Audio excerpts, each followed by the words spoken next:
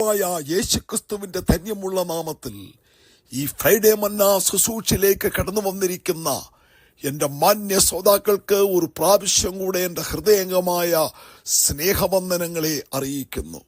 വീണ്ടും നമുക്കൊരുമിച്ച് ദൈവസന്നിധിയിലായിരിക്കുവാൻ ദൈവം ഒരുക്കി തന്ന ധന്യമായ നിമിഷങ്ങളെ ഓർത്തുകൊണ്ട് ദൈവത്തെ നമുക്ക് മഹത്വപ്പെടുത്താം. അതെ, നമ്മുടെ രക്ഷയാകുന്ന ദൈവമായി നാൾത്തോർ നമ്മുടെ ഭാരങ്ങളെ ചുമക്കുന്ന കർത്താവ് വാഴ്ത്തപ്പെടുമാറാകട്ടെ. ദൈവം നമുക്ക് ഉദ്ധാരണങ്ങളുടെ ദൈവമാകുന്നു.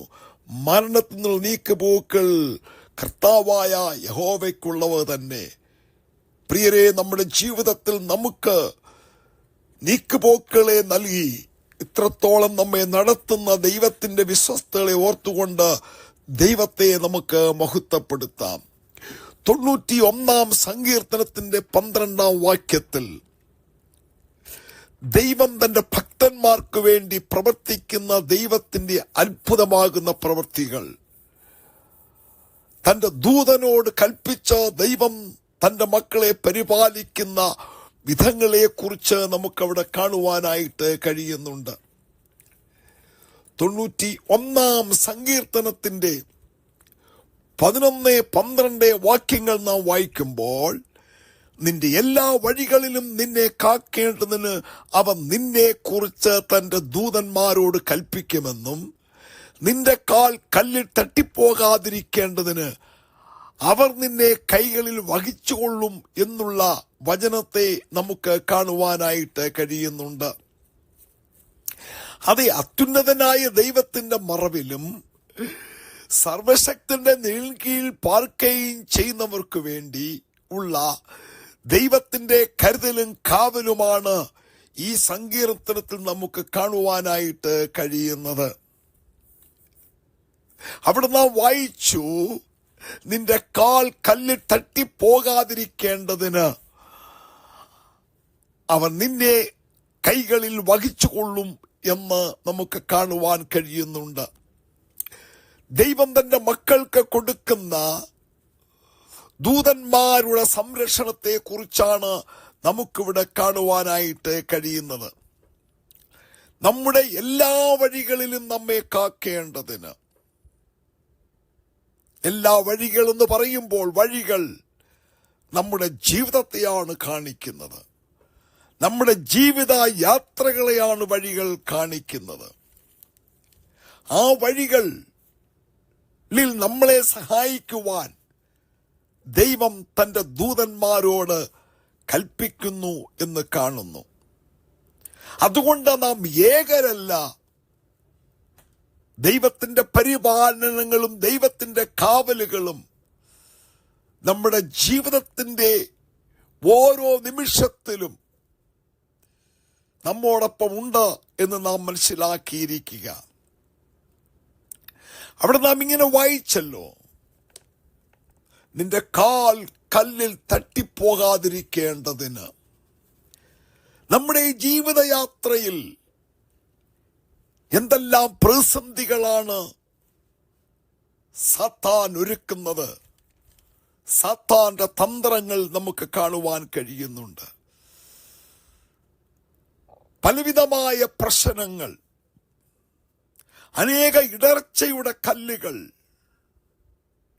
രോഗത്തിന്റെ കല്ലുകൾ, പ്രതിസന്ധികളുടെ കല്ലുകൾ, പ്രയാസത്തിന്റെയും പ്രതിസന്ധികളുടെയും കല്ലുകൾ, ഇവിടൊക്കെ നാം തകർന്നു പോകുന്ന സാഹചര്യങ്ങളിൽ ഭക്തന്മാരുടെ ജീവിതത്തിൽ, അതേ നിന്റെ ജീവിതത്തിൽ, നിന്റെ തലമുറയുടെ ജീവിതത്തിൽ ശത്രു തകർത്ത് കളയുവാൻ തക്കവണ്ണം ഒരുക്കുന്ന പ്രതിസന്ധികൾ, അപകടങ്ങൾ, ആപത്തുകൾ, രോഗങ്ങൾ, ദുഃഖങ്ങൾ, എന്നാൽ ഇതൊന്നും നമ്മെ തകർത്ത് കളയാതെ, നിന്നെ തകർത്ത് കളയാതെ, നിന്റെ തലമുറയെ തകർത്ത് കളയാതെ, ദൈവത്തിന്റെ പരിപാലനത്തിൽ, ദൈവത്തിന്റെ കാവലിൽ, അതാത് സമയങ്ങളിൽ ദൈവം തന്റെ ദൂതന്മാരോട് കൽപ്പിച്ച് നമ്മെ വിടുവിച്ചെടുക്കുന്ന ദൈവത്തിന്റെ കരുതലുകൾ എത്ര വലുതാണ്. അതേ, നമ്മെ പരിപാലിക്കുന്ന ദൈവം, നമ്മെ സൂക്ഷിക്കുന്ന ദൈവം, ഉള്ളങ്കയിൽ നമ്മെ വഹിക്കുന്നവനായ ദൈവം, ആഴിയിൽ കൂടെയിരിക്കുന്ന ദൈവം, അഗ്നിജാലകൾ ഏശാതെ നമ്മളെ പരിപാലിക്കുന്ന ദൈവം, നമ്മുടെ പ്രാണനെ സൂക്ഷിക്കുന്ന ദൈവം, ആ ദൈവത്തിന്റെ കരുതലുകളുടെ ആഴങ്ങൾ, നമ്മോടുള്ള ദൈവത്തിന്റെ സ്നേഹങ്ങൾ എത്ര വലുതാണ് പ്രിയമുള്ളവരെ. ദാനിയേൽ പ്രവചനം 6-ാം അധ്യായം നാം പഠിക്കുമ്പോൾ ഭക്തനായ ദാനിയേലിന്റെ ജീവിതത്തിൽ ഉണ്ടായ ഒരു സംഭവത്തെ കുറിച്ച് രേഖപ്പെടുത്തിയിട്ടുണ്ട്. അവന്റെ ജീവനെ എടുത്തു കളയുവാൻ, അവന്റെ ജീവനെ തട്ടിക്കളയുവാൻ, അവനെ വീഴ്ത്തിക്കളയുവാൻ ഒരുക്കിയ സിംഹത്തിന്റെ കുഴികൾ, സിംഹങ്ങളുടെ കുഴിയിലേക്ക് തന്റെ ദാസനെ ഇട്ടുകളഞ്ഞു എന്ന് നാം കാണുന്നു. എന്നാൽ അവിടെ ദൈവം തന്റെ ദൂതനോട് കൽപ്പിച്ച് സിംഹത്തിന്റെ വായെ അടച്ചു കളഞ്ഞു.